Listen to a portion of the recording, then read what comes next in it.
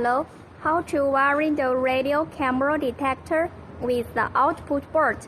At first, you can see this was the button of the radio camera and connected with the output board. This 1, 2, 3, 4. These 3 ports connect with the 4 pieces of camera detectors.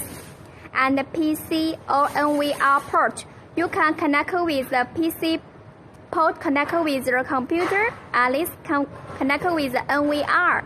And next, we can see the back. This was the 2-piece lines. The brown white connected with the port 1, and the brown line connected with the port 3. And this was the CAT6 network cable. And another side, please connect with the master CPU board and found the COM port.